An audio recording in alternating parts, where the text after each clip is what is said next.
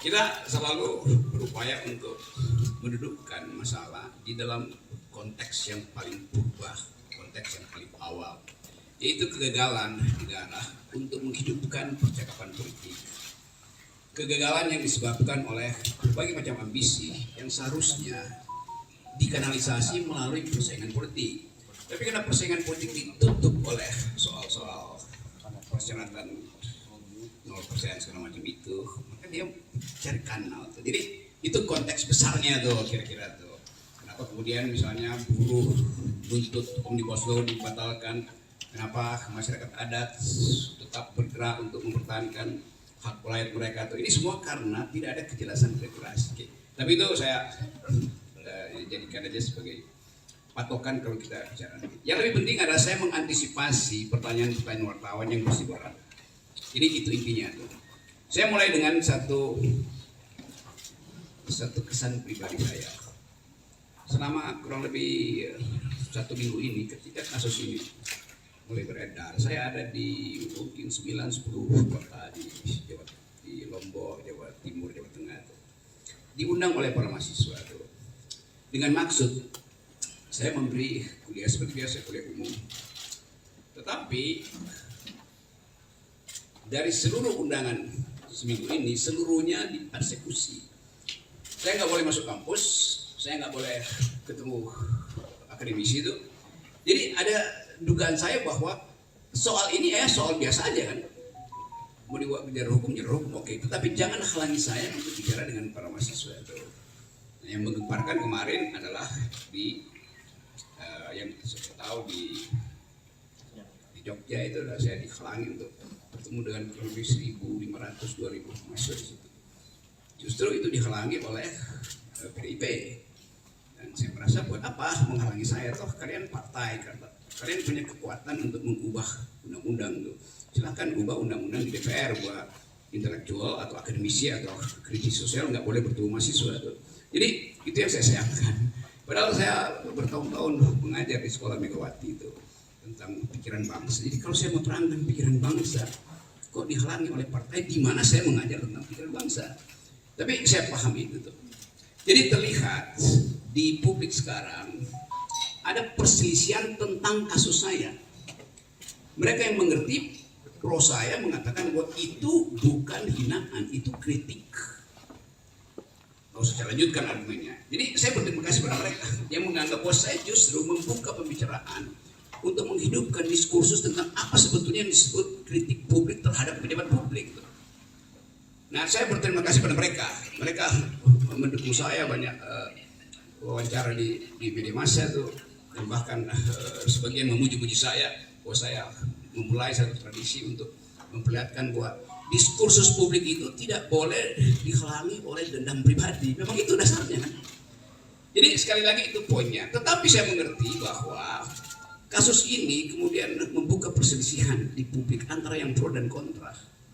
Nah itu yang membuat kehebohan. Kehebohan itu bisa ditafsirkan sebagai keonaran secara hukum itu. Itu pentingnya kita pahami bahwa sesuatu yang disodorkan untuk dijadikan target keonaran itu bisa disponsor oleh siapapun, kan itu maksudnya kan. Nah saya minta maaf terhadap keadaan hari ini yang menyebabkan perselisihan itu berlanjut tanpa arah itu. Tentu saya merasa kok ini kenapa nggak bisa diselesaikan secara hukum. Jadi sekali lagi saya menyesalkan bahwa persoalan hukum yang dari awal saya katakan ini adalah kritik saya terhadap Presiden Jokowi yang saya ucapkan dengan sangat tajam, dan biasanya saya lakukan itu di mana-mana. Saya tidak mengkritik atau menghina Jokowi sebagai individu, tidak. Karena ada urusan saya dengan Pak Jokowi. Karena itu saya kira Pak Jokowi juga mengerti. Itu yang menyebabkan Pak Jokowi tidak mau melaporkan saya. Kan Pak Jokowi mengerti bahwa yang saya ucapkan itu adalah kritik terhadap kedudukan publik dia, jabatan publik dia. Pokoknya di situ dulu tuh. Jadi bab pertama saya mau terangkan bahwa di dalam demokrasi persaingan pikiran itu dilegalkan, bahkan dianjurkan, supaya kita bisa menapis mana yang disembunyikan, mana yang sebetulnya genuine, mana yang sebetulnya palsu. Nah kita di sini belum sampai di situ. Jadi saya paham bahwa kemarahan sebagian pihak itu karena belum bisa membedakan mana kritik publik dan mana dendam pribadi. Saya tidak punya dendam apa-apa dengan Pak Jokowi. Bahkan saya sudah berkali-kali katakan bahwa anaknya Pak Jokowi bertemu dengan saya, dia minta kritik, saya kasih kritik. Pak Jokowi mantu, saya diundang bahkan undangan VIP, tapi saya nggak bisa datang. Jadi nggak ada soal di situ. Sekarang pertanyaannya, kok kenapa jadi soal? Artinya ada yang ingin dia bermain di air keruh. Tapi saya mengerti tahun politik pasti ada sifat semacam itu tuh, mengambil keuntungan dari problem ini. Bagian kedua saya mau terangkan khusus terhadap mereka yang salah mengerti apa yang saya ucapkan di forum buruh itu. Saya hanya mengkritik dua hal pada waktu itu. Satu soal IKN, satu soal Omnibus Law. Tolong perhatikan ya. Saya terangkan bahwa saya pro gerakan buruh yang akan demo tanggal 10 karena sudah berbulan-bulan proposal buruh itu diabaikan pemerintah. Bahkan saya terangkan di situ bahwa Omnibus Law itu kemaksiatan politik. Karena menghina hak buruh untuk memperoleh, ya sebetulnya memperoleh pendapatan. Jadi Omnibus Law itu menyingkirkan hak kesejahteraan buruh. Kalau ada dalil, enggak itu bagus. Loh kenapa kalau bagus itu buruh udah berbulan-bulan melakukan demonstrasi. Dan kita tahu bahwa undang-undang itu dibolak-balik, udah ditolak Mahkamah Konstitusi, diputar lagi dengan asumsi bahwa itu bisa diperbukan, lalu barang yang sama dijadikan undang-undang kan. Kan itu yang saya sebut sebagai apa permainan semacam itu, masa menipu tuh. Pemerintah menipu kebijakan. Jadi saya memang pro buruh.